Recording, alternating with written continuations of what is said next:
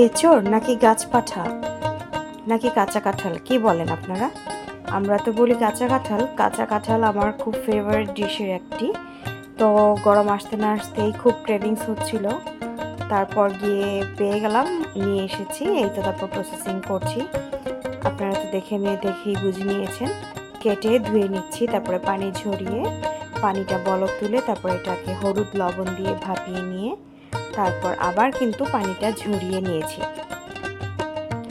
ঝরিয়ে নেওয়ার পর ওইদিকে কিন্তু আরেকটা চুলাতে, এই যে আপনাদেরকে দেখাচ্ছি, এটা কিন্তু সেদ্ধ হয়ে গেছে। এখন আমি পানিটা ঝরিয়ে নেব।